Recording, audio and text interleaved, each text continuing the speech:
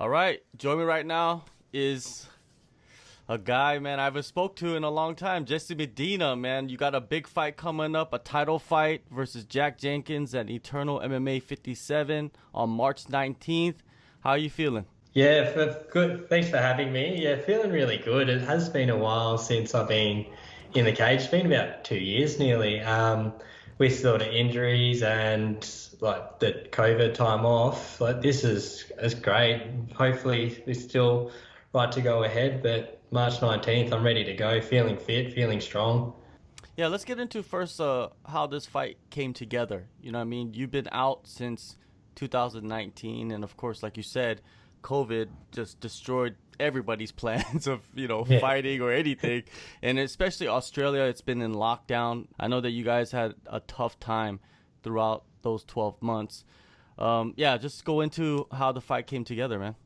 So I beat Jack a few years ago, back on Hex Fight Series. And then he won the title, I think, about 2 years ago as well. And he's asked for a rematch. And being internal, it's one of the biggest promotions in Australia. I see, like, if winning that and holding that belt, it is a big step moving forwards. I think we were trying to look for September last year, and then COVID hit, and then December. I think we're looking at December, and then booked for January 31st, which unfortunately, due to COVID again, had to be rescheduled to this March 19th. So that really it has been a long training camp trying to put back and just training so hard for that long. It sort of does take effect on the body and even mentally, just trying to reset and get back into it again. With you beating Jack a few years back, and I think that plays a major factor into getting this fight booked, right? Am I wrong about that? No, yeah, it is one of the major factors to get it because, like, he obviously wants to get that win back, and he's a champion, so he gets a call for what he wants a little bit, and I'm happy. But the thing is, I have had wins over the previous internal featherweight champions as well. Out of all of them, I think Michael Tobin's the only one I haven't had a win over. Garrett Ross, I've got a win over him.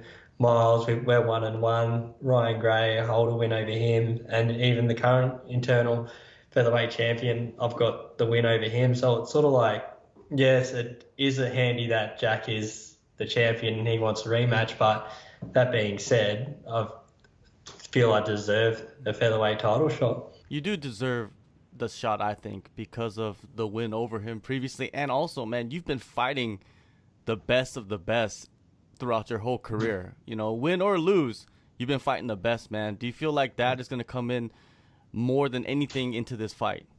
It's from our fight a few years ago, we both have improved quite a bit, and I think, like, I don't take so much out of that last win against Jack because I know, like, I didn't get to fully, like, display my skills. He didn't fully get to display his skills. It was more of I'd say a lucky submission. Like, I did go for the submission, I managed to get it, but that being said, I think he's going to be more careful. He's got better skills now. I've got better skills now as well. So, and that being said, like, he's had a few more fights. I've had a few years off, but that experience is still quite a big gap in fights. So I'm hoping and believe that will play a factor in this fight as well. But he's got quality guys around him all the time as well. So that's going to help him towards this fight as well. You just said that, the submission, you know what I mean? It was great. I love the submission. I actually watched it a couple times before we got into this interview. And the position that you got the arm bar in, he kind of jumped, I guess, like, he kind of rolled the wrong way because he didn't realize the fence was so close.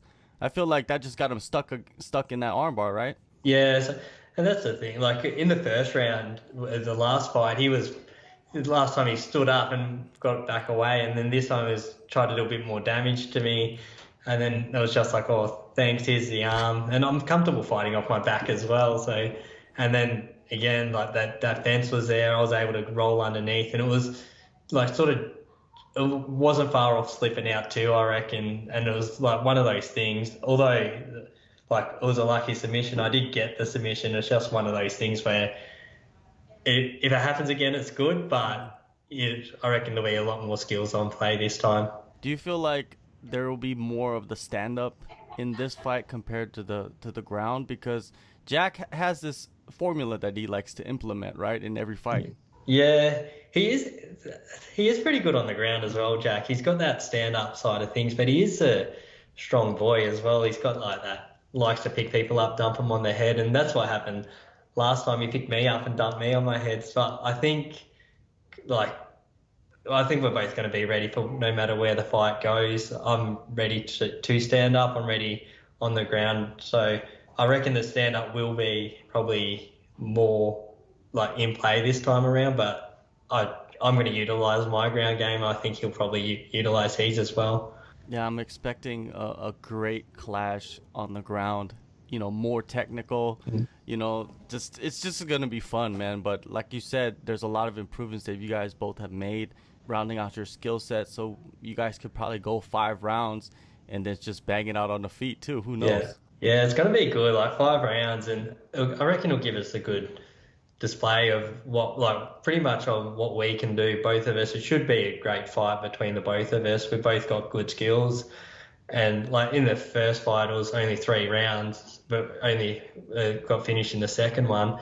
I reckon this one full 5 rounds to display our skills and to work all aspects of our game as well.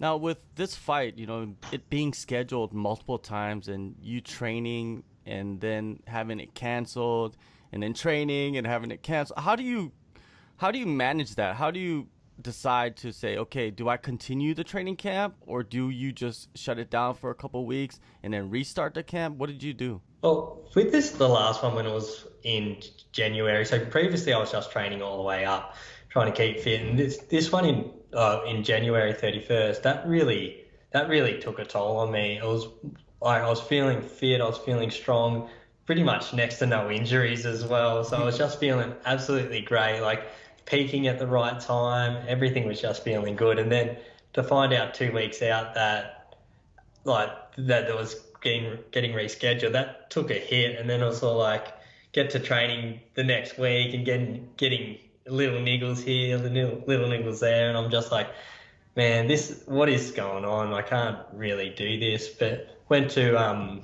one of the boxing gyms here, and they were just saying, look, maybe just take a week off training instead of doing half training, and like the old boxers used to do it all the time. Take a week off, come back refreshed, and then go from there. And that's what I done, and that really helped, because instead of like trying to get to this through this training camp half-assed, like I've been able to take that week off, let the body recover a little bit, and then get back into it 100%. When you have a win over another opponent, right? When you finish an opponent in a previous fight, does that play like a psychological role, do you think, heading into the fight? Like, I might want to not take this guy down and play this guard? Um, so it's this sort of a hard one. Like I said, it was, I feel like a lucky submission. So I don't reckon he's going to be worried on the ground. And so I don't think I'm going to be worried with him on top again. And because of our skills are like really well rounded now, I just think that first win doesn't really mean much. Like the win's there, it's good on my record, but I just think this is going to be a totally different fight, totally different for the first fight, more high pace as well. Do you feel like do you want to kind of like shut that door, like that little, like the doubt that people have about the first fight? Like it's not, you want to take that lucky thing out of it. Like you want to go in there and have a completely dominant performance where there's no doubt about the win. And then of course you have the belt. You know what I mean? Like that's Of great. course. Yeah, well, that's exactly right. But like, I want to get this win and just to prove to myself and also to everyone else that I am one of the best featherweights in Australia, and that's where I should be, up the top. I haven't fought in 2 years, so I'm looking to re-establish my name again as like one of the top featherweights in Australia, and having that internal belt, that they're the most active fight promotion going around. So that'd be perfect. Be able to fight all over Australia, be able to represent on UFC Fight Pass as well as a champion. That'll put me in good stead moving forwards. Yeah, does that play a factor for you? Does it make it a little bit more exciting that you will be able to, the fight will be broadcasted on UFC Fight Pass, so more people, more exposure? Yeah, it's a great opportunity, and that's one of the reasons, like, as well. So not only the rematch and the belt, just the UFC Fight Pass exposure. I was like, it's great for the profile, and that's where I'm going. Like, yeah, I really, really want to do this fight and and that's what I really, really want to win, and that's been another motivational factor as well. If I win this fight, it does open up a lot of doors for me. With your team, can you break it down for me, like who you worked with to prepare yourself against Jack, and like the gyms you frequented? Yeah, so I currently train in a few gyms at the moment. So currently, main gyms Medina, Brazilian Jiu-Jitsu.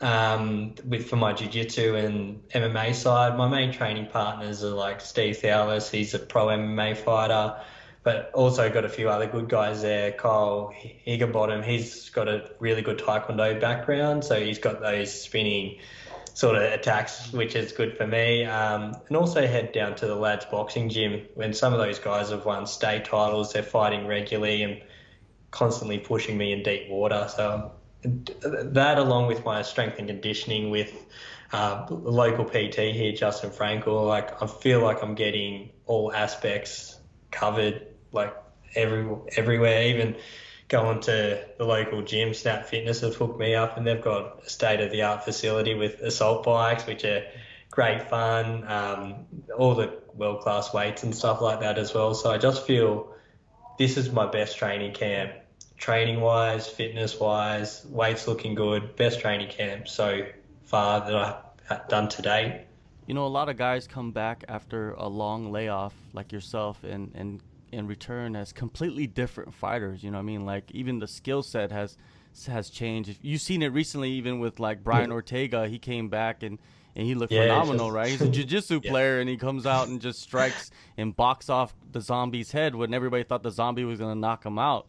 And is it kind of like that for you too? You feel like when you come out, people are gonna see something completely different, and you're gonna be able to display that against Jack Jenkins. Yeah, I feel that way too, and I feel that with my fights previously, I haven't really been able to display all my skills. Everyone sees me as a more of a jiu-jitsu fighter, like avoid the ground, don't get submitted. Where I do have that stand-up game as well, and within these last couple of years, I have been developing quite extensively. So I reckon that this fight's going to be totally different and will shock a lot of people with the skills I do have. So when you envision winning the title, how do you envision it, man? Oh, look, I've envisioned it so many times, like just sort of different ways. Like I don't know. It's just I'm ready for everything. I'd like to say I'd like it over nice and quick, but being out for 2 years, I'm like I'd like a good scrap as well. So it's just one of those things. It's like I'm just excited to really get back in there and fighting again. No doubt, man. Well, you're getting back in there March 19th. Eternal MMA 57 main event. Featherweight title is on the line. Gold Coast, Australia. You can watch it on UFC Fight Pass. Jesse Medina. Appreciate the time, man. Always good catching up, and good luck on the fight, and all the best for the rest of the year. Thank you.